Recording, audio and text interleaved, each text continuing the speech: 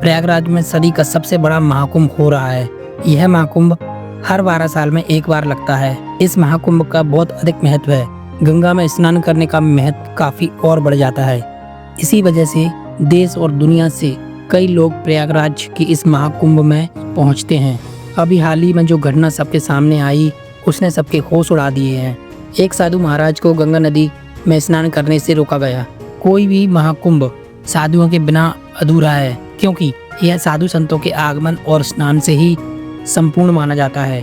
देश भर से साधु संत महाकुंभ शुरू होने से कुछ दिन पहले ही प्रयागराज पहुंच जाते हैं। इस घटना की शुरुआत होती है मध्य प्रदेश के माहेश्वर में रहने वाले राधानंद जी महाराज से। राधानंद जी महाराज रोजाना सुबह 4 बजे उठकर ठंडे पानी से स्नान किया करते थे और भिक्षा प्राप्त करने के लिए निकल जाते थे। उन्होंने अपने जीवन काल में संसारिक सुख का त्याग करके कई तपस्याएं की और कई सिद्धियां प्राप्त की। वे महेश्वर के घाट पर ही निवास करते थे।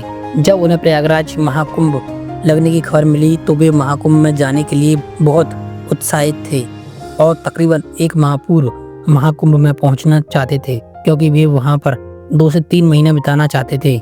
उनका ऐसा कहना था कि महाकुंभ बहुत पवित्र समय होता है जहां पर देवी देवता स्वयं उस स्थान पर मौजूद होते हैं और वहां पर तप करना, साधना करना, भगवान की आराधना करना और ध्यान करना बहुत ही फलदायी होता है। अगले दिन सुबह राधानंद जी महाराज जब प्रयागराज पहुंचे तो सुबह के 3:30 बज रहे थे। 4 बजे उनका स्नान करने का दैनिक नियम था।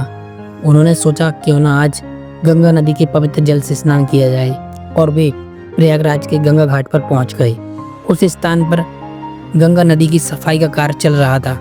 राधानंद जी महाराज को यह देखकर बहुत खुशी हुई। जब उन्होंने अपने कपड़े उतारे और गंगा नदी में स्नान करने के लिए आगे बढ़े तो वहां पर खड़े कुछ नगर निगम के अधिकारियों ने उन्हें रोका और उन्होंने कहा कि आप स्नान नहीं कर सकते, क्योंकि इस समय साफ सफाई का कार्य चल रहा है।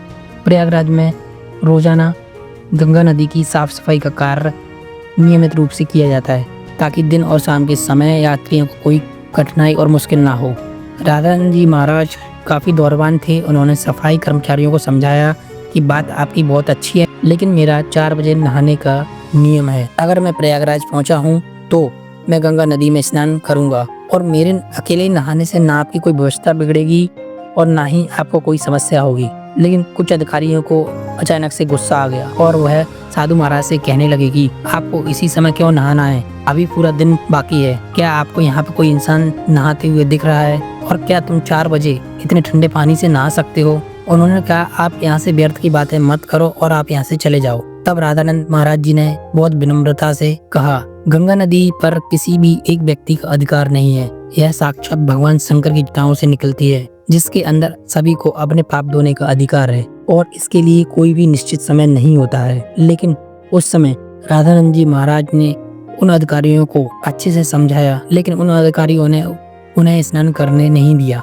लेकिन तभी थोड़ी दूर जाकर राधानंद जी महाराज ध्यान अवस्था में बैठ गए और सभी अधिकारियों को लगा कि साधु महाराज मान गए हैं। और जब सभी अधिकारी गंगा नदी के अंदर साफ सफाई का काम दोबारा से शुरू किया, अचानक बहुत बड़ी घटना घट गई। वे सभी मशीनें जो काम कर रही थी, अचानक उन्होंने काम करना बंद कर दिया। सभी मशीनें स्टार्ट होने का नाम ही नहीं ले रही थी, मानो वह जाम हो गई हो और ऐसा लग रहा था कि उनके अंदर मान लो कचरा फंस गया हो।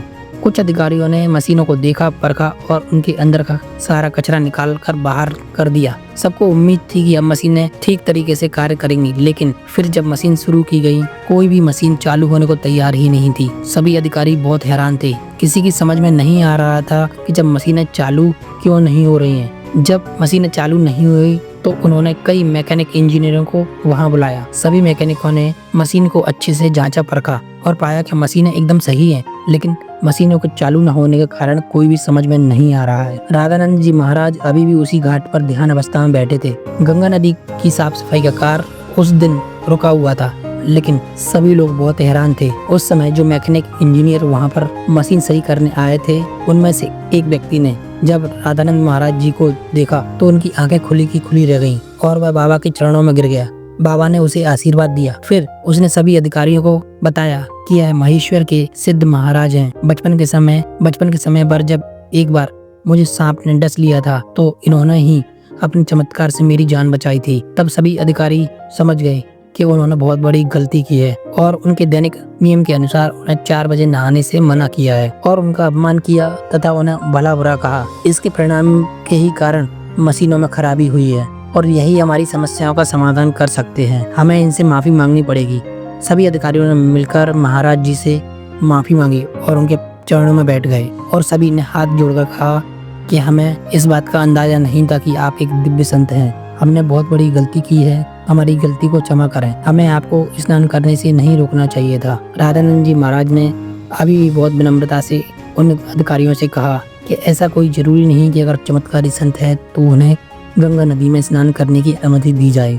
गंगा नदी पर तो सबका अधिकार है और सबसे पहला अधिकार साधु संतों का है। और उन्होंने कहा कि आप गंगा नदी में स्नान कर सकते हैं और हम आपसे माफ़ी मांगते हैं। और महाराज समझ गए कि इन लोगों को अपनी गलती का एहसास हो गया है और उन्होंने अधिकारियों से कहा कि आप चिंता ना करें, जरा अपनी घड़ी में समय देखो, अभी क्या समय हुआ है। जब सभी अधिकारियों ने अपने घड़ी में समय देखा तो उनके रोंगटे खड़े हो गए।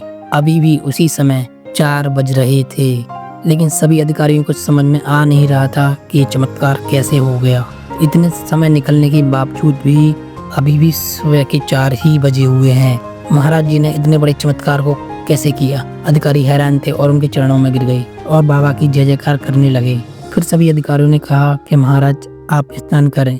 सुबह नियम के अनुसार महाराज जी ने 4 बजे स्नान किया और अधिकारियों से कहा कि आप अपने सफाई का कार्य शुरू करें। महाराज जी की आज्ञा पाकर जैसे ही उन्होंने मशीनों को चालू किया, मशीनें तुरंत चालू हो गई। सभी अधिकारी हैरान थे कि इतना बड़ा चमत्कार कैसे हुआ।